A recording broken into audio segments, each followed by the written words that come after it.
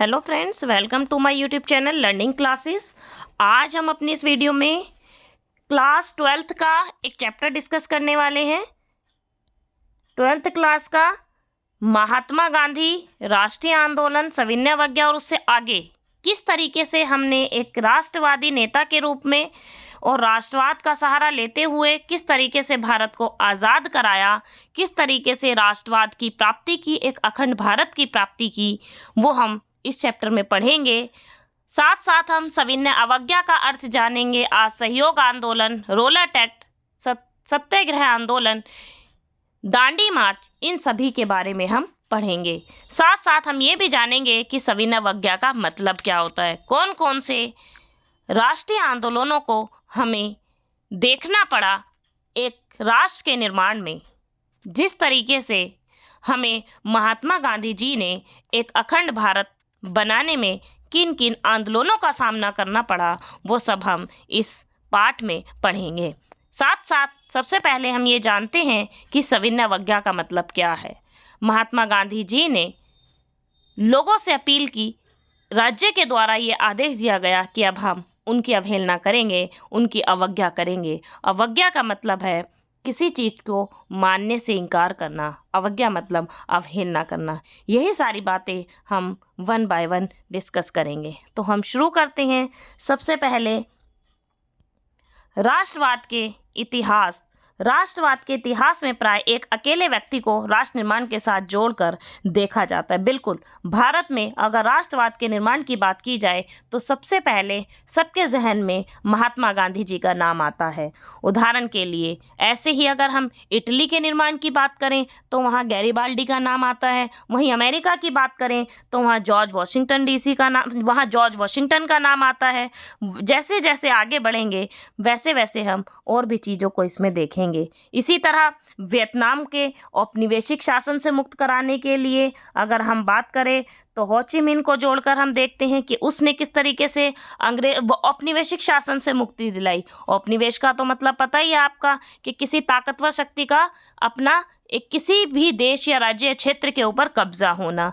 ठीक है, जैसे भारत पर अंग्रेज़ों का कब्जा था तो हम भी औपनिवेशिक थे, हम भी पहले गुलाम थे। इसी तरह महात्मा गांधी जी को भी, इसीलिए महात्मा गांधी जी को भी भारतीय राष्ट्र का पिता माना जाता है। महात्मा गांधी जी को भी भारतीय राष्ट्र का पिता माना जाता है क्योंकि महात्मा गांधी जी ने भी किस तरीके से राष्ट्र निर्माण में अपनी महत्वपूर्ण भूमिका निभाई थी। आगे चलते हैं।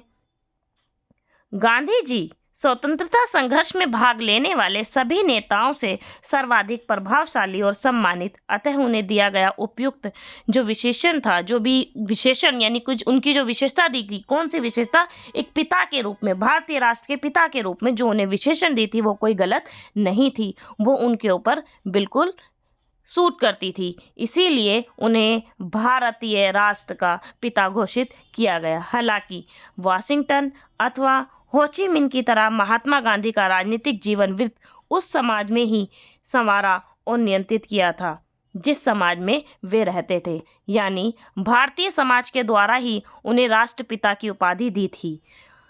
कोई व्यक्ति चाहे कितना ही महान क्यों ना हो, वह न केवल इतिहास बनाता है बल्कि स्वयं भी इतिहास द्वारा बनाया जाता है। यानी उनकी जो व्यवस्था थी, उनको जो स्थापित किया गया था, उनको जिस भी नाम से पुकारा गया था, वो भारतीय लोगों द्वारा खुद ही दिया गया था। आगे बात करते हैं इस चैप्टर में, और हम क्या पढ़ेंगे 1915 से। इस चैप्टर में हम 1915 से लेकर 1948 तक क्या क्या हमें देखने को मिला, उस दौरान भारत में कौन कौन से जो गतिविधियां हैं उनका विश्लेषण किया, वो सारी बातें हम पढ़ेंगे।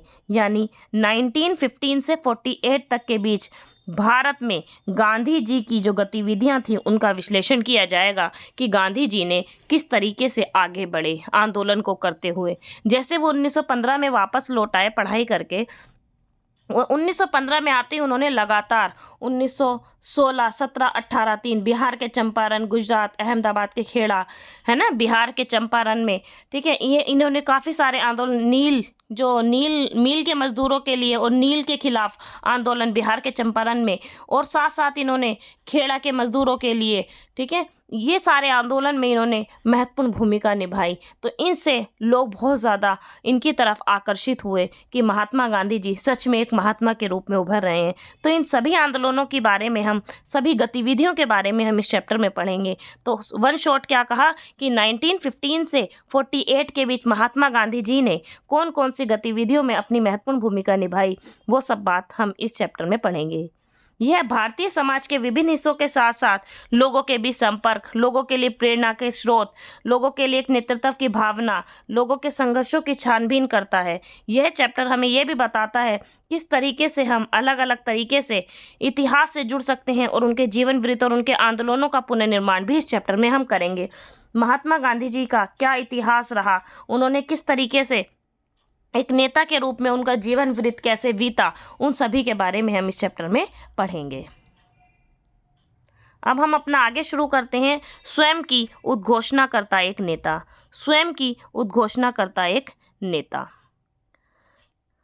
मोहनदास। स्वयं की उद्घोषणा करता एक नेता मोहनदास करमचंद गांधी विदेश में 2 दशक, एक दशक का मतलब होता है 10 साल, 1 दशक 10 साल, 2 दशक 20 साल, यानी 2 दशक की बात कर रहा है, 2 दशक यानी 20 साल।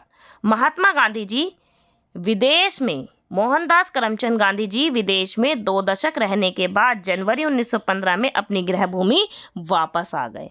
जब वो 1915 में वापस आ गए, तो जब वो यहाँ पर आए, यहाँ आने के बाद इन वर्षों का उनका जो अधिकांश समय था वो उस समय वो जो ज़्यादा से ज़्यादा समय था उन्होंने दक्षिण अफ्रीका में बिताया था। इवन उन्होंने दक्षिण अफ्रीका में भी बहुत सारे काम किए थे, रंग भेद की नीति को भी समाप्त किया था नेल्सन मंडेला के साथ मिलकर। नेल्सन मंडेला का पूरा सहयोग दिया था, वहाँ भी उन्होंने, लोग उनसे वहाँ भी काफ़ी ज़्यादा प्रभावित हुए थे।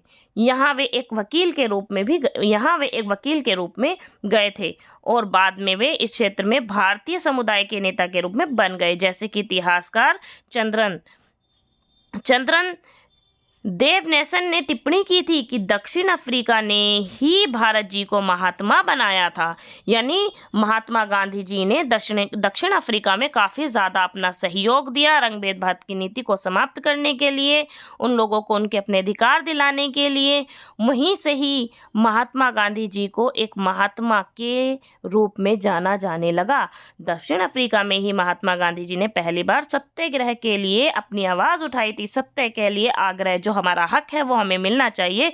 दक्षिण अफ्रीका में ही इन्होंने सबसे पहले सत्याग्रह की शुरुआत की थी। धीरे धीरे यह व्यवस्था पूरे भारत में फैलती चली गई।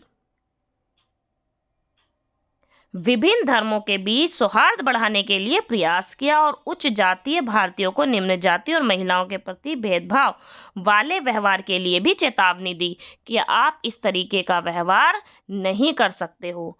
क्या कहा इन्होंने बोला कि विभिन्न धर्मों के बीच, महात्मा गांधी जी ने क्या काम किया कि विभिन्न धर्मों के बीच सौहार्द स्थापित किया जाए, विभिन्न धर्मों के बीच सौहार्द स्थापित किया जाए, और महिलाओं के साथ और ऊंची जाति के लोग निम्न जाति के साथ गलत व्यवहार नहीं करेंगे, उनके प्रति उचित व्यवहार करेंगे। ये चेतावनी महात्मा गांधी जी ने लोगों को दी। 1915 में जब महात्मा गांधी जी भारत आए, तो उस समय भी काफ़ी उथल पुथल का दौर था। ठीक है, वो हम पढ़ेंगे। 1915 में जब महात्मा गांधी जी भारत आए, तो उस समय का भारत 1893 में जब वो यहाँ से गए थे, उस समय की अपेक्षा काफ़ी अलग था। 1915 में जब वो आए, वापस आने के बाद उन्होंने देखा कि भारत जो 1893 में जब वो यहाँ से गए थे, उस समय के भारत से काफ़ी भिन्न था। वह अभी भी एक ब्रिटिश उपनिवेश था, लेकिन अब यह राजनीतिक दृष्टि से कहीं अधिक सक्रिय हो गया था, क्योंकि पहले लोग नहीं बोल पा रहे थे अपने अधिकारों के लिए, अपनी आवश्यकताओं के लिए। राजनीतिक दृष्टि से वो ज़्यादा सक्रिय नहीं थे, वो निष्क्रिय थे, चुप थे। लेकिन जब महात्मा गांधी जी आए 1915 में, उन्होंने देखा कि अब लोग बहुत ज़्यादा सक्रिय हैं, राजनीति में अपनी रुचि दिखाने लगे हैं। तो महात्मा गांधी जी ने भी सोचा क्यों ना इनका सपोर्ट किया जाए। अधिकांश प्रमुख शहरों और कस्बों में जब भारतीय राष्ट्रीय कांग्रेस की शाखाएं थी, भारतीय, क्योंकि राष्ट्रीय जो हमारी ये थी भारतीय राष्ट्रीय कांग्रेस की स्थापना तो 1885 में हो गई थी ना। 1885 में कांग्रेस आ गई थी। ऐसा नहीं था कि आज़ादी के बाद, जब हम आज़ाद हुए उसके बाद कांग्रेस आई, नहीं। 1885 में WC बनर्जी और एही ह्यूम ने मिलकर कांग्रेस की स्थापना कर दी थी। तो उस समय कांग्रेस की बहुत सारी शाखाएं थी, अलग अलग जगहों पर छोटी छोटी मतलब ग्रुप थे जो कांग्रेस की जो शासन व्यवस्था थे उसे संभाले हुए थे। ठीक है। 1905 से 7 के स्वदेशी आंदोलन के माध्यम से इसने व्यापक रूप से मध्य वर्गों के बीच अपनी अपील का विस्तार किया। और भी अब क्या होता है, धीरे धीरे और भी नेताओं ने इसमें सहयोगिता दिखानी शुरू कर दी। इस आंदोलन ने बहुत कुछ प्रमुख नेताओं को जन्म दिया, जिनमें से महाराष्ट्र के बाल गंगाधर तिलक थे। महाराष्ट्र से कौन आ गए? बाल गंगाधर तिलक आ गए। कुछ नेता इसमें जुड़ गए जिन्हें बाल लाल पाल के नाम से जाना जाता है, लेकिन फिर भी हम पढ़ते हैं दोबारा से। महाराष्ट्र के कौन थे? बाल गंगाधर तिलक। ऐसे ही बंगाल के कौन थे?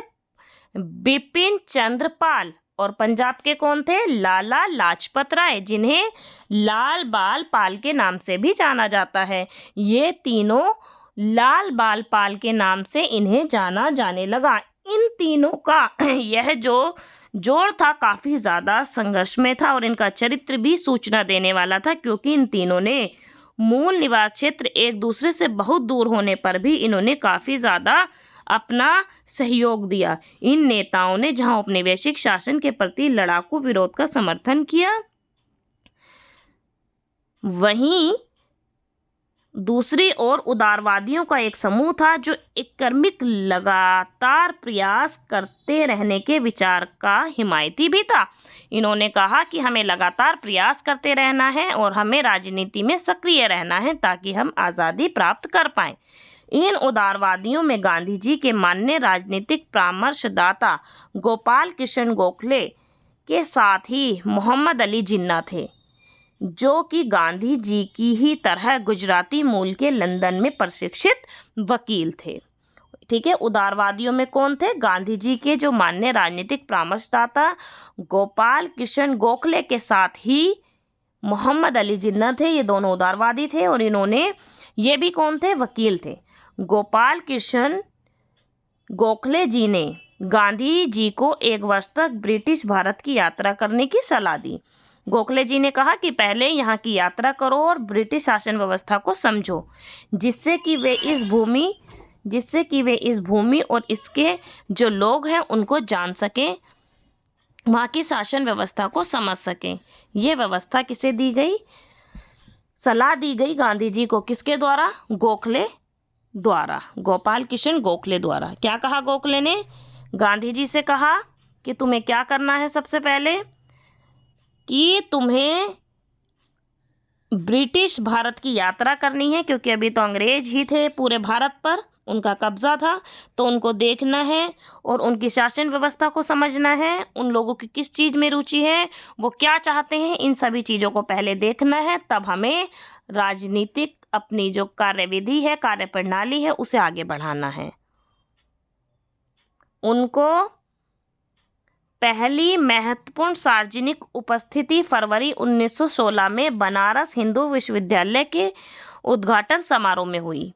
इस समारोह में आमंत्रित व्यक्तियों में वे राजा और मानव प्रेमी थे, जिनके द्वारा दिए गए दान ने बनारस हिंदू विश्वविद्यालय की स्थापना में योगदान दिया था। समारोह में एनी बेसेंट जैसे कांग्रेस के प्रमुख नेता भी शामिल थे। इन प्रतिष्ठित व्यक्तियों की तुलना में गांधी जी अपेक्षाकृत अज्ञात थे। यानी जब भारतीय हिंदू विश्वविद्यालय का उद्घाटन हुआ था, तो उस उद्घाटन समारोह में महात्मा गांधी जी को एक इनविटेशन मिला था कि वो इस बनारस हिंदू विश्वविद्यालय के उद्घाटन समारोह में आए। तो महात्मा गांधी जी उस उद्घाटन समारोह में गए। ठीक है। जब वो उस उद्घाटन समारोह में गए तो उन्होंने देखा वहाँ बहुत बड़े बड़े लोग आए हुए थे। राजा, जिन लोगों ने BHU बनारस हिंदू विश्वविद्यालय बनाने में सहयोग दिया था, दान दिया था, वे लोग आए हुए थे, और साथ साथ बहुत बड़े बड़े लोग आए हुए थे समारोह में। इवन एनी बेसेंट जो कांग्रेस के मुख्य नेता थे, एनी बेसेंट, वो भी आए हुए थे। तो इन सभी को देखकर महात्मा गांधी जी को गुस्सा आ गया कि इतनी बड़ी सभा में, जो बनारस हिंदू विश्वविद्यालय का उद्घाटन समारोह है, इतनी बड़ी सभा में सारे अमीर लोग हैं, एक भी गरीब लोग देखने को नहीं मिला। उन्हें ये अच्छा नहीं लगा। और उस समय तक महात्मा गांधी जी, 1916 की बात है, तो उस समय तक, फरवरी 1916 में, उस समय तक तो महात्मा गांधी जी को ज़्यादातर लोग जानते भी नहीं थे। उन्हें यहाँ भारत के अंदर उसकी प्रतिष्ठा के कारण नहीं, बल्कि जो भारत में महात्मा गांधी जी को लोग जानते थे ना, वो उनको सिर्फ और सिर्फ इस कारण नहीं जानते थे, बल्कि दक्षिण अफ्रीका में उनके द्वारा उन्होंने जो भी काम किया था इसलिए आमंत्रित किया गया था। यानी जो महात्मा गांधी जी को जो बनारस हिंदू विश्वविद्यालय में आमंत्रित किया गया था, वो इसलिए आमंत्रित किया गया था क्योंकि उन्होंने दक्षिण अफ्रीका था, वहाँ पर उन्होंने रंग भेदभाव के खिलाफ नेल्सन मंडेला के साथ मिलकर बहुत अच्छे काम किए थे, इसीलिए महात्मा गांधी जी को आमंत्रित किया गया था। यहाँ से क्वेश्चन आता है कि बनारस हिंदू विश्वविद्यालय की जब सभा हो रही थी तो महात्मा गांधी जी नाराज क्यों हो गए थे? तो वो इसलिए नाराज हो गए थे क्योंकि इस सभा में सभी अमीर लोग थे, एक भी गरीब लोग नहीं था। तो महात्मा गांधी जी ने इसके संदर्भ में कुछ बात भी कही थी, वो हम आगे पढ़ते हैं।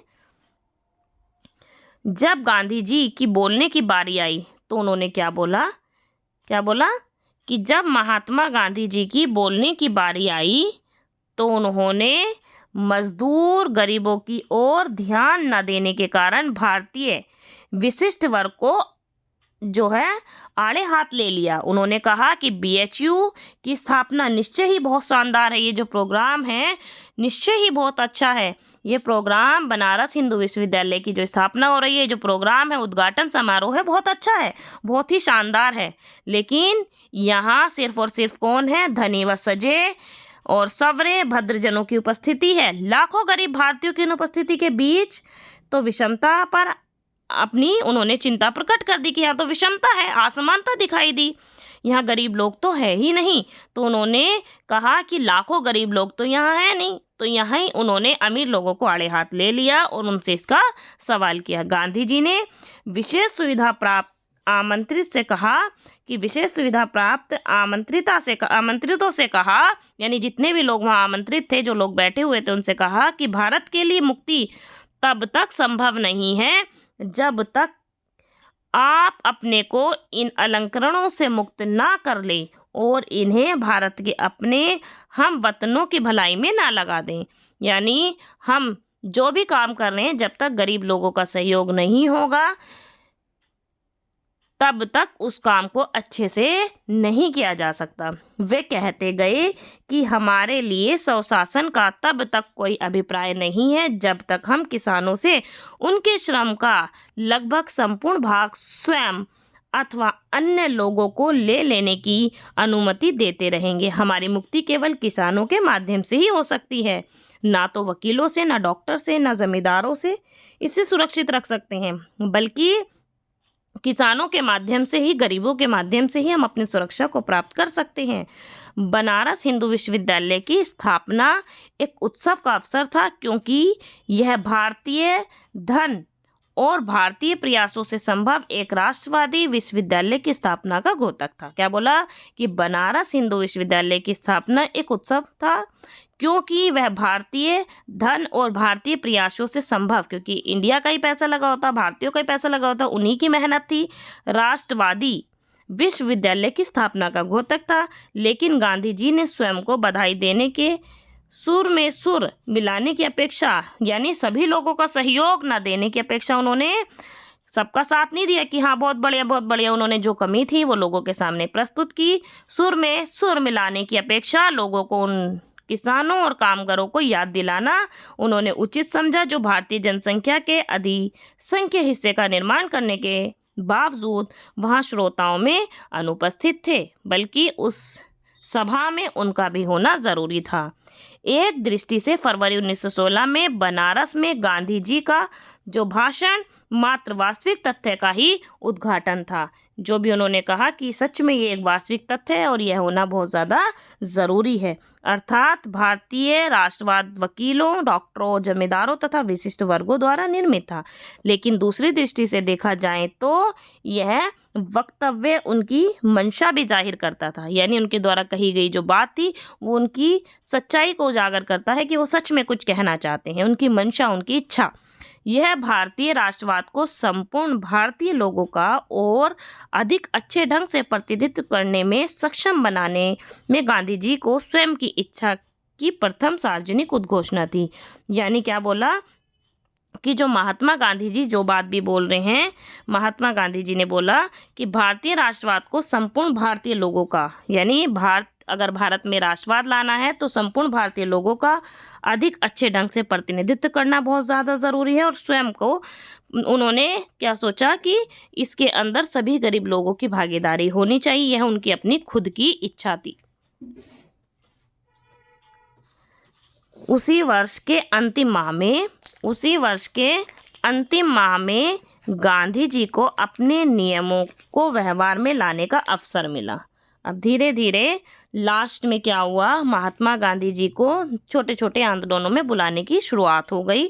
दिसंबर 1916 में लखनऊ में हुए वार्षिक कांग्रेस में, और दूसरा बिहार के चंपारण से आए किसान ने उन्हें वहाँ अंग्रेज़ों के खिलाफ क्या हो रहा था, अंग्रेज़ों ने क्या करा था, नील उत्पादकों द्वारा किसानों के प्रति किए जाने वाले कठोर व्यवहार के बारे में बताया।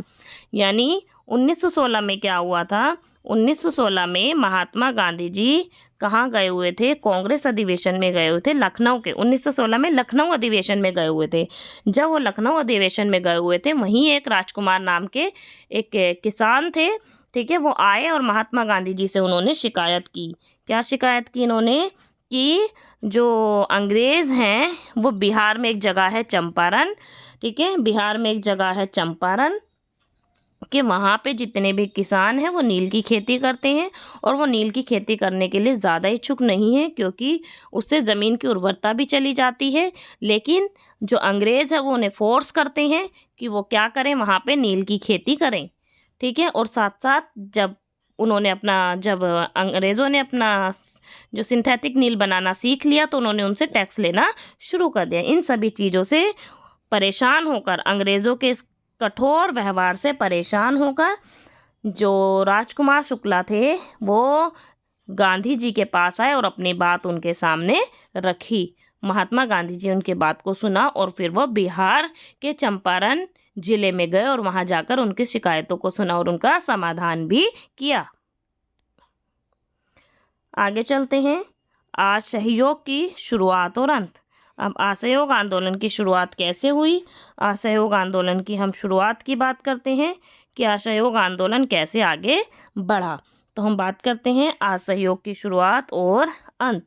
अब 1917 का अधिकांश समय महात्मा गांधी जी को किसानों के लिए काश्तकारों की सुरक्षा के साथ साथ, क्या 1917 में क्या किया, महात्मा गांधी जी को किसानों के लिए काश्तकारों की सुरक्षा के साथ साथ अपनी पसंद की फसल उपजाने की आज़ादी दिलाने में ज़्यादा से ज़्यादा उनका समय गया। 1917 में उन्होंने ये किया। उसके बाद अगले वर्ष 1918 में गांधी जी गुजरात के अपने ही गृह राज्य में 2 अभियानों में संलग्न रहे। 1918 में वो कहाँ पे थे, गुजरात में थे। सबसे पहले तो उन्होंने अहमदाबाद के एक श्रम विवाद में हस्तक्षेप कर कपड़े की मिलों में काम करने वाले लोगों के लिए काम के लिए बेहतर स्थितियों की मांग की। यानी गुजरात में 2 आंदोलन, 1918 में वो गुजरात में रहे, इन्होंने 2 आंदोलन देखे, ठीक है। अब 2 अभियान कौन कौन से थे, 2 अभियान, पहला अभियान तो यही था उनका कि सबसे पहले वो अहमदाबाद में जो काम करने वाले, जो मिल में काम करने वाले लोग हैं उनको कहा कि उचित क्या दी जाए, काम करने की बेहतर उचित स्थितियों की मांग की। दूसरा उन्होंने क्या किया, महात्मा गांधी जी ने दूसरा क्या किया कि खेड़ा में फसल चौपट हो जाने पर राज्यों से किसानों के जो भी टैक्स थे, लगान थे, उनकी माफ़ी की मांग की। यानी जो खेड़ा, गुजरात में ही जिला है खेड़ा, ठीक है, जो खेड़ा जिला है वहाँ पर लोगों की फसल खराब हो गई थी, तो महात्मा गांधी जी से लोगों ने आह्वान किया हमारे जो लगान है वो माफ़ करवा दिए जाएं। इसमें भी महात्मा गांधी जी ने काफ़ी ज़्यादा सहयोग दिया। आगे चलते हैं। चंपारण, अहमदाबाद और खेड़ा में की गई पहल से गांधी जी को एक राष्ट्रवादी नेता के रूप में उभरने में गरीबों के लिए काफ़ी ज़्यादा सहानुभूतिपूर्ण व्यवहार देखने को मिला। यानी महात्मा गांधी जी की सहानुभूति काफ़ी ज़्यादा चरम सीमा पर देखने को मिली। लगातार 1917 और 18 में महात्मा गांधी जी ने छोटे छोटे 3 अभियानों को देखा, जिससे गरीबों के मन में उनके प्रति एक उचित सहानुभूति देखने को मिली। इसी तरह वे सभी स्थानिक संघर्ष में धीरे धीरे आगे बढ़े। इसके बाद क्या होता है, 1918 में औपनिवेशिक शासकों ने गांधी जी की झोली में एक ऐसा मुद्दा डाल दिया जिससे वे कहीं अधिक विस्तृत आंदोलन खड़ा कर सकते थे। लेकिन 1914 से 18 के महान युद्ध के दौरान, 1914 से 18 प्रथम विश्व युद्ध हुआ था ना, प्रथम विश्व युद्ध 1914 से 18, द्वितीय विश्व युद्ध 1939 से 45 तक। तो क्या हुआ, 1914 से 18 के बीच महान युद्ध के दौरान अंग्रेजों ने प्रेस पर प्रतिबंध लगा दिया और बिना जांच के कारावास की अनुमति दे दी गई। अब सर सिडनी लोरेट की अध्यक्षता वाली एक समिति की संस्तुतियों के आधार पर इसे कठोर उपायों को जारी रखने के लिए कहा गया। इस जवाब में गांधी जी ने देश भर में रोलेट एक्ट के खिलाफ एक अभियान चला दिया। रोलेट एक्ट क्या था? रोलेट एक्ट का मतलब था कि बिना किसी को बताए सिर्फ शक की निगाह पर उसे गिरफ्तार कर लिया जाए। ठीक है, रोलेट एक्ट क्या था कि भाई बिना जांच के कारावास की अनुमति दे दी। रोलेट एक्ट क्या था? बिना जांच के उसे कारावास की अनुमति दे दी। और ये प्रथम विश्व चल रहा था 1914 से 18 के बाद, लेकिन 1919 में क्या हुआ, रोलेट एक्ट लागू कर दिया गया। लेकिन गांधी जी ने क्या कहा? गांधी जी ने कहा कि रोलेट एक्ट के खिलाफ हम एक अभियान चलाएंगे, हम इन चीज़ों को नहीं मानेंगे। इन्होंने क्या किया, उत्तरी और पश्चिमी भारत में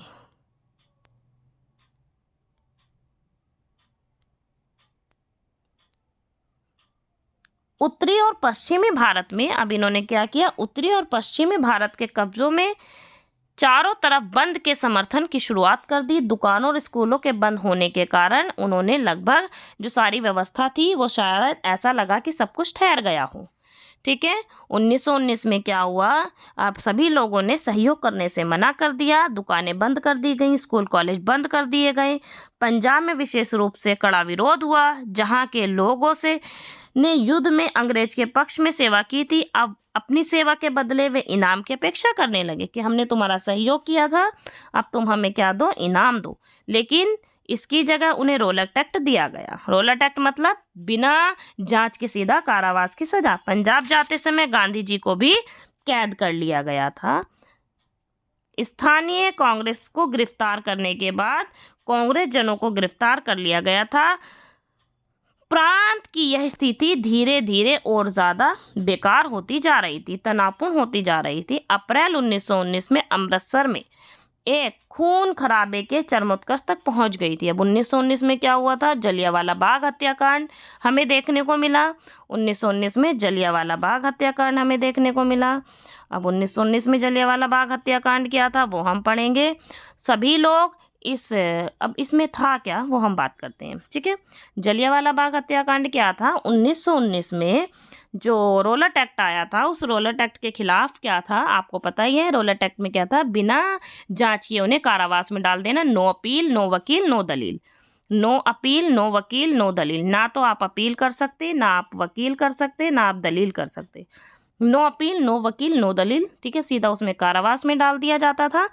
तो 1919 में अमृतसर में 13-14 अप्रैल की बात है, 1919 में 13-14 अप्रैल की बात थी, 13 या 14 की, ठीक है, देख लेना आप। तो 1919 को सभी लोग एक जलियांवाला बाग था अमृतसर में, वहाँ बैठे हुए थे। ठीक है, बैसाखी का पर्व मना रहे थे। ठीक है, और अपनी बातचीत कर रहे थे। इतने में ही जनरल डायर को पता लगा। उसे क्या पता लगा कि ये लोग बैठकर कोई ना कोई साजिश रच रहे हैं।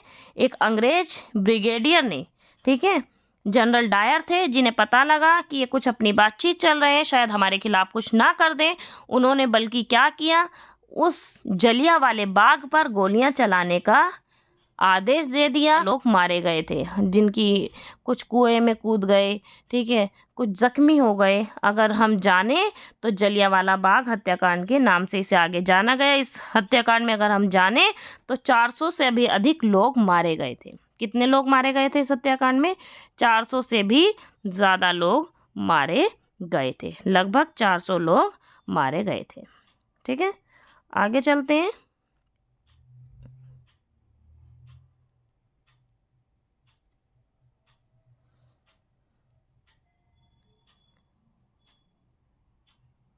रोलट एक्ट से ही गांधी जी एक सच्चे राष्ट्रीय नेता बनकर उभरे थे।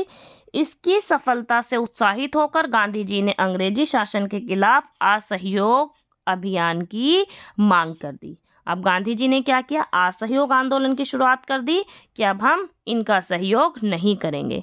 महात्मा गांधी जी ने असहयोग अभियान की मांग लोगों के सामने प्रस्तुत कर दी, क्योंकि अब बहुत सारे लोग मारे गए जलियांवाला बाग हत्याकांड में, और बल्कि उनकी कोई गलती भी नहीं थी, वो तो अपना एक फेस्टिवल मना रहे थे। लेकिन जनरल डायर ने हुक्म दे दिया कि जाओ उस सभा पर गोलियां चला दो। जो भारतीय उपनिवेशवाद का खात्मा करना चाहते थे, उनसे आग्रह किया गया कि वे स्कूलों, कॉलेजों, न्यायालयों ना जाएं और ना ही कर चुकाएं। अब असहयोग आंदोलन की शुरुआत अच्छे से हो जाती है। 1919 के बाद ही असहयोग आंदोलन की शुरुआत हो जाती है। महात्मा गांधी जी असहयोग आंदोलन की शुरुआत कर देते हैं और क्या कहते हैं? जो भी भारतीय उपनिवेशवाद का खात्मा करना चाहते हैं, तो वो लोग ना तो स्कूल जाए, ना न्यायालय जाए, ना कर दे, ना कर चुकाएं, कुछ भी ना करें। जिससे वकीलों ने मुकदमा लड़ना बंद कर दिया, बच्चों ने स्कूल जाना बंद कर दिया। सभी को अंग्रेजी सरकार के साथ ऐच्छिक संबंधों का परित्याग करना पड़ेगा। महात्मा गांधी जी ने कहा कि भाई जो भी तुम्हारे रिलेशन है उन सबको ख़त्म करना पड़ेगा, अंग्रेजों का सहयोग बिल्कुल करना बंद करना पड़ेगा। गांधी जी ने कहा कि यदि असहयोग का ठीक ढंग से पालन किया जाए तो भारत 1 वर्ष के अंदर ही आज़ादी प्राप्त कर सकता है। महात्मा गांधी जी ने कहा कि अगर भारत के लोग असहयोग का अच्छे से पालन करेंगे तो 1 वर्ष के अंदर अंदर हमें क्या मिल जाएगी? आज़ादी मिल जाएगी।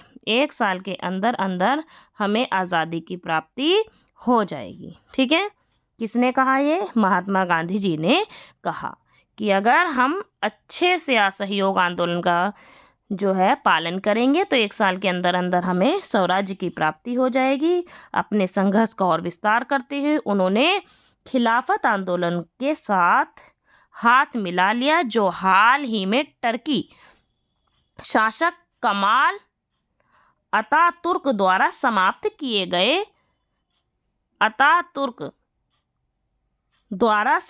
किए गए सर्व इस्लामाबाद के प्रतीक खलीफा की पुनर्स्थापना की मांग कर रहा था। धीरे धीरे खिलाफत आंदोलन में क्या था? मुस्लिम शासकों ने भी उनका सहयोग करना शुरू कर दिया, ताकि हमें जल्दी से जल्दी स्वराज्य की प्राप्ति हो सके, ताकि हम जल्दी से आज़ादी प्राप्त कर सकें। अब हम एक बार खिलाफत आंदोलन क्या था इसके बारे में पढ़ लेते हैं। खिलाफत आंदोलन क्या था? खिलाफत आंदोलन 1919 और 1920 के दौरान मोहम्मद अली और शौकत अली, ये 2 भाई थे, इनके द्वारा ये आंदोलन शुरू किया गया था। इस आंदोलन की निम्नलिखित मांगे थी। क्या मांगे थी? जो पहले का ऑटोमन साम्राज्य के जितने भी सभी इस्लामी पवित्र स्थानों पर तुर्की सुल्तान अथवा खलीफा का नियंत्रण बना रहे। ठीक है, यानी जितने भी इस्लामिक जगह हैं उन सब का टर्की जो साम्राज्य के सभी इस्लामिक पवित्र स्थानों पर किसका? जो तुर्की के सुल्तान अथवा खलीफा हैं उनका ही नियंत्रण बना रहे। और साथ साथ जज़ीरात उल अरब यानी अरब, सीरिया, इराक इस्लामी संप्रभुता के अधीन रहे। अरब पर, सीरिया पर, इराक और फिलिस्तीन, इन पर किसका शासन रहे? मुस्लिमों का शासन रहे, इस्लामिक लोगों का शासन रहे, तथा खलीफा के पास इतने क्षेत्र हों कि वह इस्लामी विश्वास को सुरक्षित रखने के योग्य बना सके। कांग्रेस ने इस आंदोलन का समर्थन किया और गांधी जी ने इसे असहयोग आंदोलन के साथ मिलाने की कोशिश की कि तुम भी हमारे साथ मिल जाओ और हम दोनों मिलकर अंग्रेजों को उखाड़ फेंकेंगे और हम दोनों मिलकर ही इस व्यवस्था को आगे बढ़ाएंगे। असहयोग आंदोलन के साथ साथ खिलाफत आंदोलन भी इसके साथ जुड़ गया। तो आपको पता होना चाहिए कि खिलाफत आंदोलन क्या था और किसके द्वारा शुरू किया गया था और इसे गांधी जी ने अपने साथ क्यों मिलाया, क्योंकि कांग्रेस भी इनको सपोर्ट कर रही थी। आगे चल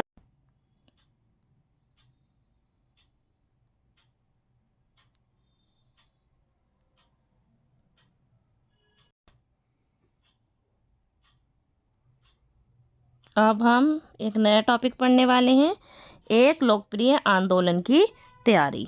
किस तरीके से ये आंदोलन आगे की ओर बढ़ा। ठीक है, तो एक लोकप्रिय आंदोलन की तैयारी।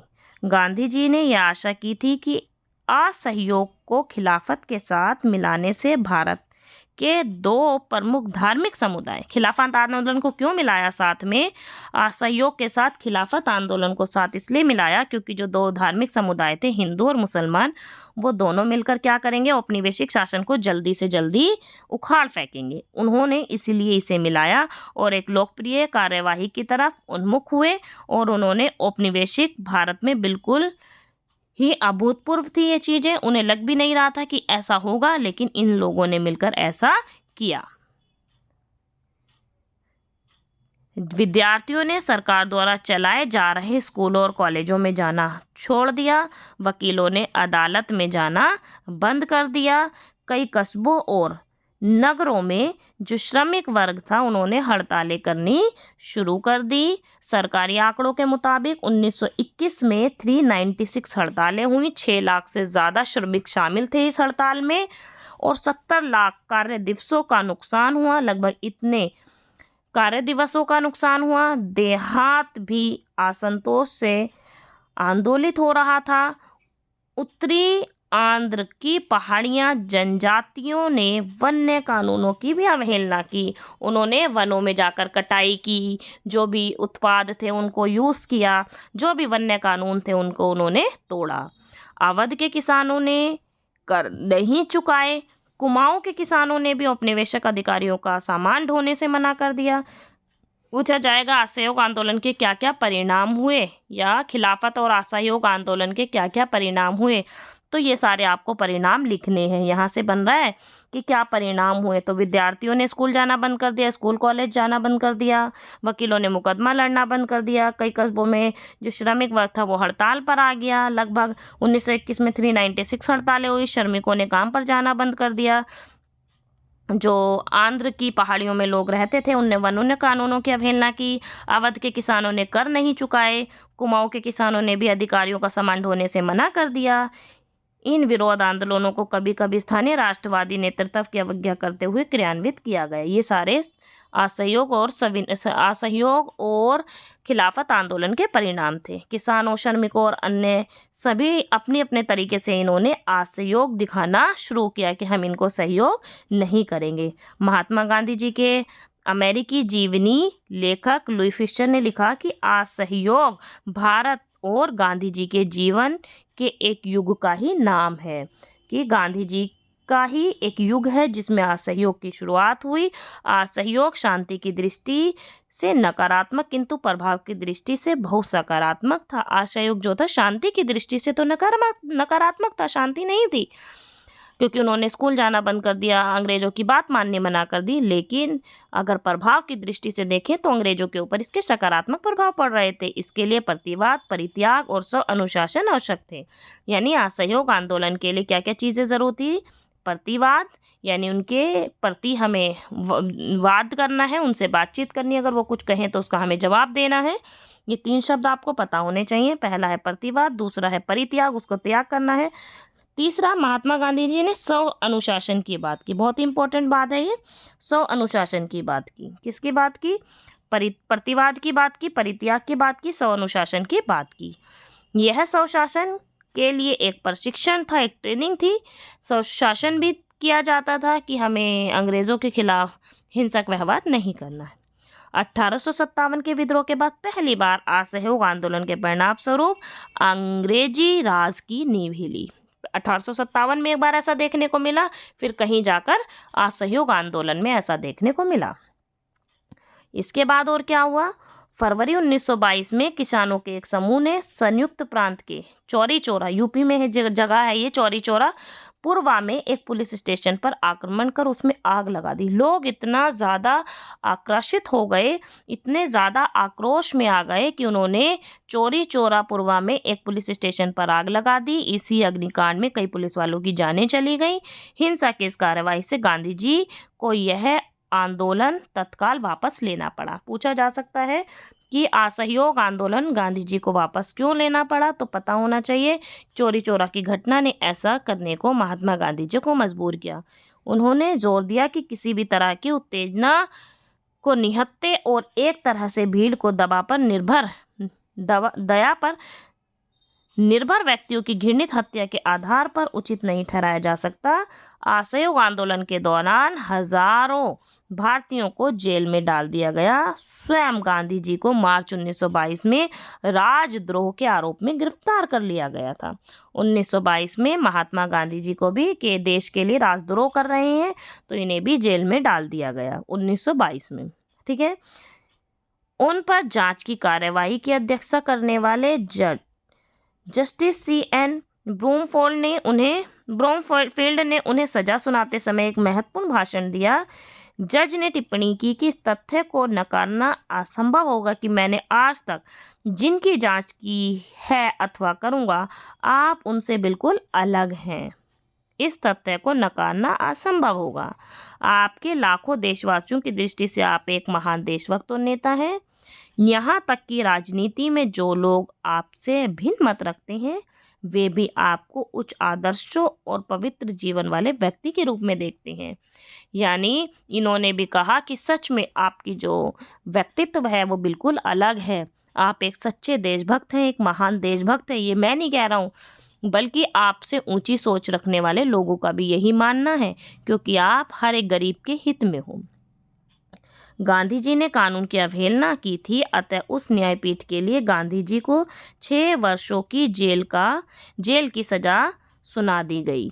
सुनाना आवश्यक भी समझा, लेकिन जज ब्रूमफील्ड ने कहा, यदि भारत में घट रही घटनाओं की वजह से सरकार के लिए सजा के इन वर्षों में कमी और आपको मुक्त करना संभव हुआ, तो इससे मुझसे ज़्यादा कोई पर्सन नहीं होगा। ये बात खुद जो जज थे ब्रूमफील्ड, उन्होंने कही थी। पूछा जा सकता है कि जो ब्रूमफील्ड थे, जब 1922 में चौरी चौरा की घटना के बाद, पता होना चाहिए 1922 में चौरी चौरा की घटना के बाद 6 सालों के लिए महात्मा गांधी जी को जेल में बंद करने की बारी आई। तो जो उस समय के जो जज थे ब्रूमफील्ड, तो उन्होंने महात्मा गांधी जी के बारे में क्या कहा, वो उनसे बहुत ज़्यादा प्रसन्न थे, वो उनसे बहुत ज़्यादा प्रभावित थे कि इतने सारे लोग इनके साथ, किस तरीके से एक ऐसे व्यक्ति के साथ सब लोग शामिल हो जाएंगे, तो वो इससे बहुत ज़्यादा प्रसन्न थे। इवन उन्होंने अपने विचार सुनाते हुए भी कहा था कि अगर आपको आपकी सज़ा को कम किया जाए, ऐसा कम करने का अगर मुझे मौका मिला, या आपको कंप्लीटली मुक्त करने का मौका मिला, तो मुझसे ज़्यादा कोई खुश नहीं होगा, मैं इससे बहुत ज़्यादा प्रसन्न रहूँगा। ये बात खुद जज ब्रूमफील्ड ने महात्मा गांधी जी के बारे में कही थी। तो इस टॉपिक में यही पढ़ना है, असहयोग आंदोलन खिलाफत आंदोलन कैसे जुड़े, इसके क्या परिणाम हुए, इसे वापस क्यों लेना पड़ा। 1922 की चोरा चोरी घटना के बाद, चोरा चोरी घटना यूपी के एक पुलिस थाने पर, चोरा चोरी घटना के बाद यूपी के एक पुलिस थाने पर क्या कर दिया गया था, आग लगा दी गई थी। ठीक है, जिससे काफ़ी ज़्यादा जो पुलिसकर्मी थे वो मर गए थे, जिसकी वजह से महात्मा गांधी जी को यह आंदोलन वापस लेना पड़ा था। अब हम बात करते हैं जन नेता के रूप में। 1922 तक गांधी जी ने भारतीय राष्ट्रवाद को एकदम परिवर्तित कर दिया। इस प्रकार फरवरी 1916 में बनारस हिंदू विश्वविद्यालय में अपने भाषण में किए गए वायदे को उन्होंने पूरा किया। अब यह व्यवसायिकों और बुद्धिजीवियों का ही आंदोलन नहीं रह गया था। अब धीरे धीरे जन आंदोलन के रूप में महात्मा गांधी जी के साथ बहुत सारे लोगों ने सहयोग करना शुरू कर दिया था। हजारों की संख्या में किसान, श्रमिक, कारीगरों ने भी इसमें भाग लेना शुरू कर दिया। इनमें से कई गांधी जी के प्रति आदर व्यक्त करते हुए उन्हें महात्मा कहने लगे। ठीक है, 1922 के बाद महात्मा की उपाधि प्राप्त कर दी। कहते तो पहले से ही थे, 1916 में भी कहा था जब वो दक्षिण अफ्रीका से आए थे, लेकिन उस समय उन्हें दक्षिण अफ्रीका के कामों के लिए महात्मा कहा जाता था। लेकिन अब भारतीय आंदोलनों के लिए, भारतीय छोटे छोटे अभियानों के लिए उन्होंने इस बात की प्रशंसा की गांधी जी उनकी ही तरह के वस्त्र पहनते थे। वो उन्हें महात्मा जी इसलिए कहते थे क्योंकि वे उनकी ही तरह के वस्त्र पहनते थे, उनकी ही तरह रहते थे, उनकी ही भाषा बोलते थे। अन्य नेताओं की तरह वे सामान्य जनसमूह से अलग नहीं खड़े होते थे। वह उनके साथ सहानुभूति और घनिष्ठ संबंध स्थापित करते थे। इसीलिए इनके साथ लोग वो एक जन नेता के रूप में कैसे उभरे। यहाँ से ये क्वेश्चन बनता है कि महात्मा गांधी जी एक जन नेता के रूप में कैसे उभरे। तो आपको पता होना चाहिए कि महात्मा गांधी जी जन नेता के रूप में कैसे उभरे। तो पहले लोगों ने सपोर्ट करना शुरू किया, लोग मिलने लगे, फिर इन्हें महात्मा कहने लगे। महात्मा इसलिए कहने लगे क्योंकि वे आम लोगों की तरह वस्त्र पहनते थे, लैंग्वेज भी सेम बोलते थे, साथ रहते थे, सहानुभूतिपूर्ण व्यवहार था उनका, इसलिए लोग उन्हें महात्मा कहते थे। सामान्य जन के साथ इस तरह की पहचान उनके वस्त्रों में विशेष रूप से परिलक्षित होती थी। जहाँ अन्य राष्ट्रवादी नेता पश्चिमी शैली के सूट बूट पहनते थे, वहीं भारतीय बंद गला जैसे औपनिवेशिक वस्त्र पहनते थे। गांधी जी लोगों के बीच एक साधारण धोती में ही रहते थे। ये सारी चीज़ें बहुत ज़्यादा लोगों को प्रभावित करती है। इस बीच प्रत्येक दिन का कुछ हिस्सा वे चरखा चलाने में बिताते थे। उन राष्ट्रवादियों को भी उन्होंने ऐसा करने के लिए प्रोत्साहित किया। सूत कताई के कार्य ने गांधी जी को एक पारंपरिक जाति व्यवस्था में प्रचलित मानसिक श्रम और शारीरिक श्रम की दीवार को तोड़ने में मदद मिली कि हमें मानसिक श्रम और शारीरिक श्रम करना बहुत ज़्यादा ज़रूरी है। एक बार ये अपने आप रीड आउट करना महात्मा गांधी जी के चरखे के बारे में कि महात्मा गांधी जी आधुनिक युग जिसमें मशीनों में मानव को गुलाम बनाकर श्रम को हटा दिया है, वे के उनके घोर आलोचक थे, उसकी आलोचना करते थे। उन्हें चरखे को एक ऐसा मानव समाज के प्रतीक के रूप में देखा जिसमें मशीनों और औद्योगिकरण के बाद महिमा मंडित किया है कि किस तरीके से गरीबों के पूरक आमदनी प्रदान कर सकता था। वहीं उन्होंने मशीनों के आने से क्या हुआ, उसकी स्वावलंबी बनाने से रोक दिया है। तो एक बार अपने आप पढ़ना। चलो आगे चलते हैं। इतिहासकार शाहिद अमीन ने एक मंत्रमुग्ध कर देने वाले अहवान में स्थानीय प्रेस द्वारा ज्ञात रिपोर्ट और अफवाहों के जरिए पूर्वी उत्तर प्रदेश के किसानों के मन में महात्मा गांधी जी की जो कल्पना थी उसे ढूंढ निकालने की कोशिश की कि किसान महात्मा गांधी जी को किस तरीके से मानते हैं, क्या समझते हैं। फरवरी 1921 में जब वे इस क्षेत्र से गुजर रहे थे तो हर जगह भीड़ ने उनको बड़े प्यार से स्वागत किया था। उन्हें भाषणों के दौरान कैसा माहौल होता था, इस पर गोरखपुर के एक हिंदी समाचार पत्र ने एक रिपोर्ट भी लिखी थी।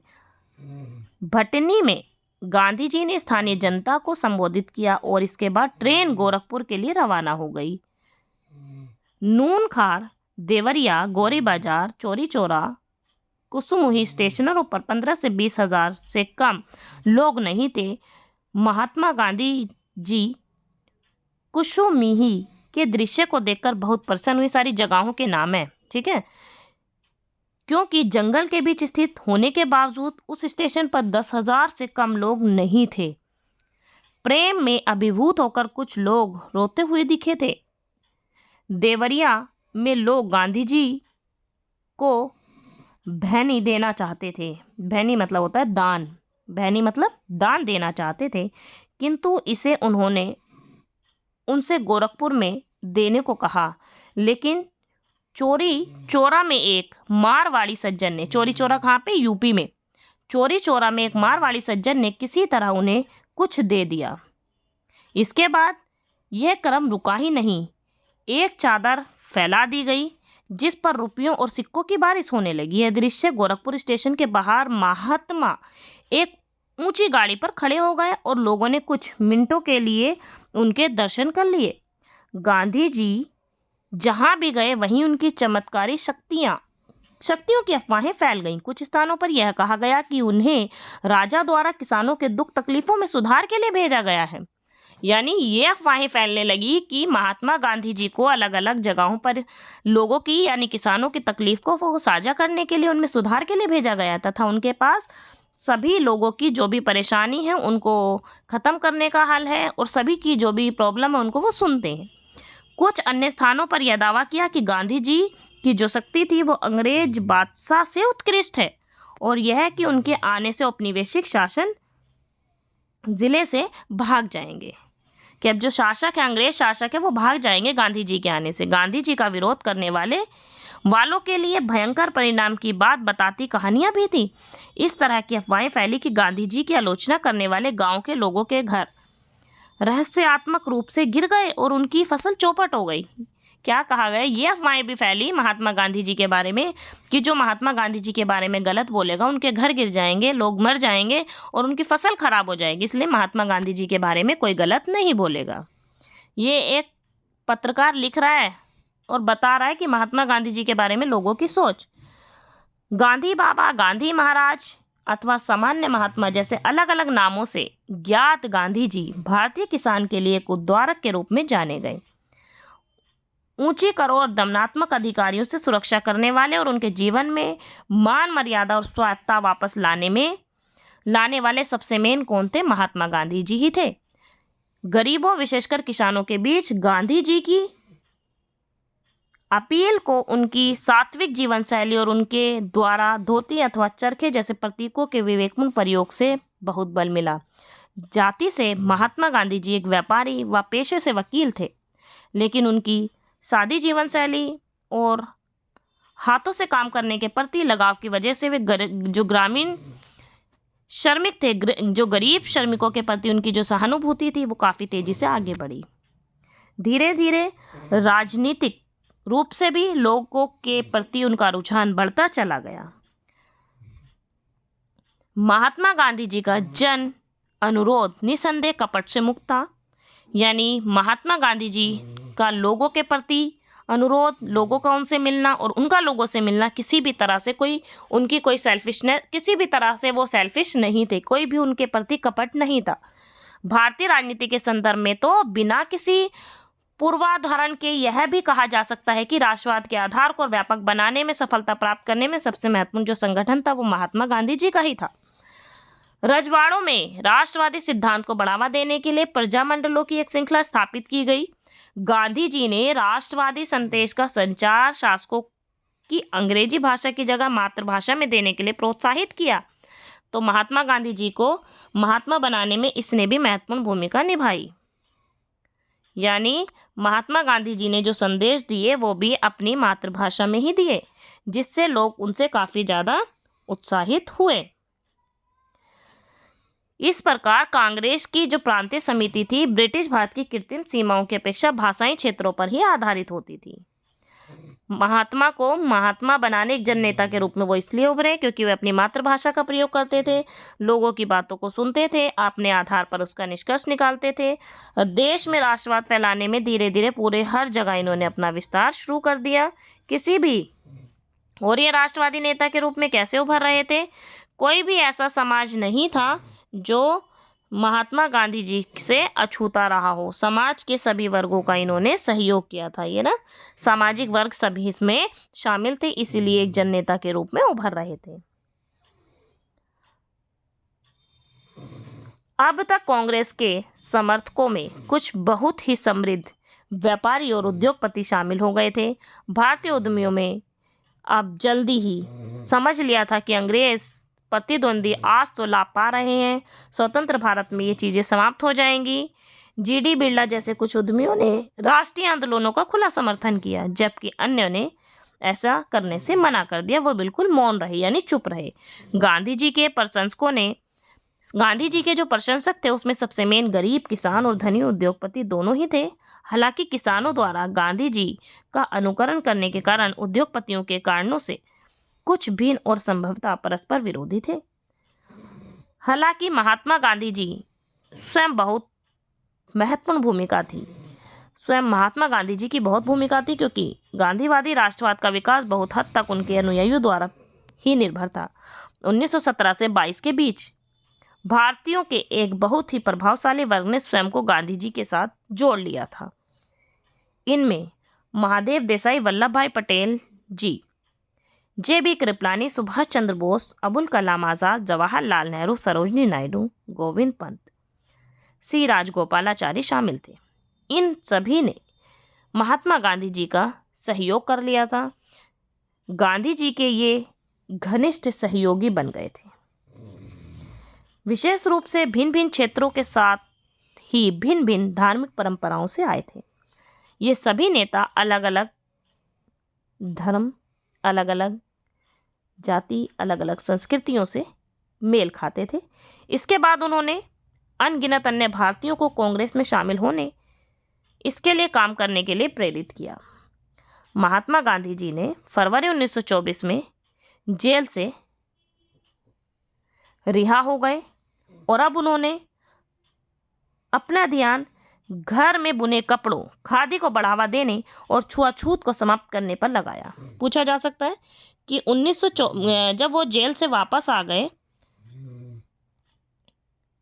जेल से वापस आने के बाद उन्होंने अपना ध्यान, पूछा जा सकता है कि जब वो जेल से वापस आ गए तो उन्होंने अपना ध्यान कहाँ लगाया। तो फरवरी 1924 में जब वो रिहा कर दिए गए, जेल से आ गए, तो 1924 में जेल से रिहा होने के बाद अब उन्होंने ध्यान किसके ऊपर लगाया?